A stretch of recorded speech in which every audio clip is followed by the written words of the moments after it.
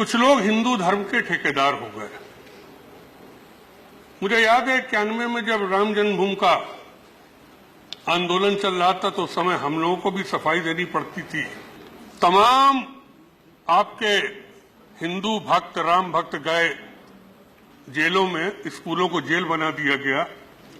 एक जेल हम भी गए, क्षेत्र के लोग थे मिलने, तो वहां 4 पंक्तियां आप लोगों ने लिख रखी थी।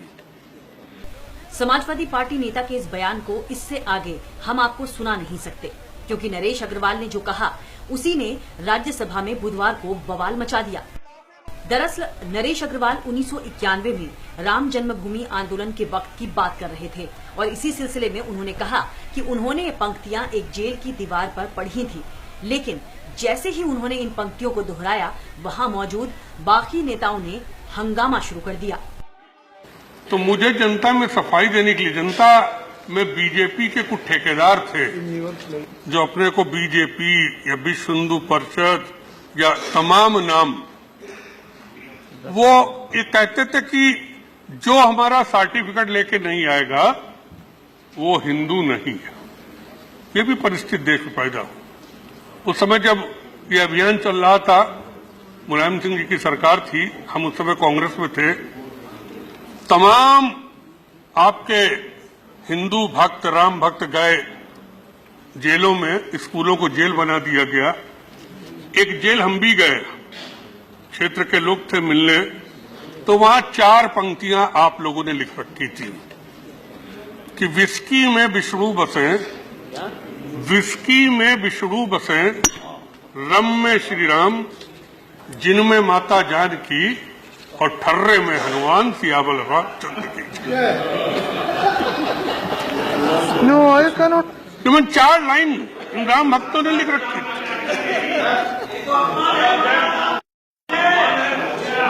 अपमान तुम कर रहे हो, इन लोगों ने अपमान किया।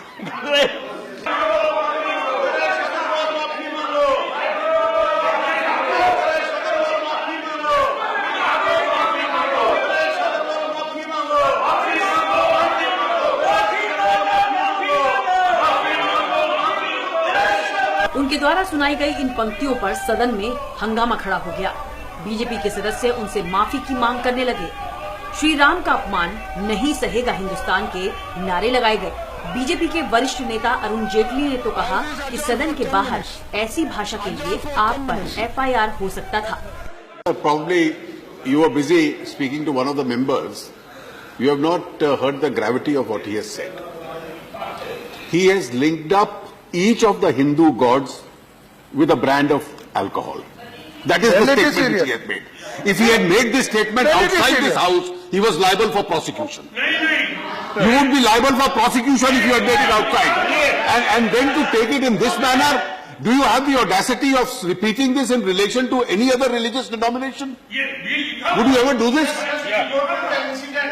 Sir, you have not realized the gravity of what he has done. Please pick up the proceedings. You will immediately expunge it and ask him to apologize for it. इसके बाद हंगामे को देखते हुए उपसभापति ने सदन की कार्यवाही को स्थगित कर दिया। ये मामला गर्मा गया तो नरेश अग्रवाल को माफी मांगनी पड़ गई। मैंने तो जो लिखा था कोट किया है, और मैं तमाम लोगों का नाम बता सकता हूं जिन्होंने भगवान को मूर्तियां उठाकर फेंकी, भगवान को अपमानित किया। तो बीजेपी के लोग उनके पास भी चले जाएं और उनसे भी माफी मंगवाने की बात करें। मैंने बयान वापस किया। मैंने कहा मेरा बयान, मैंने कहा अगर जो कोर्ट चीज की थी अगर उससे किसी को चोट पहुंचती है तो मैं बयान को वापस लेता हूं।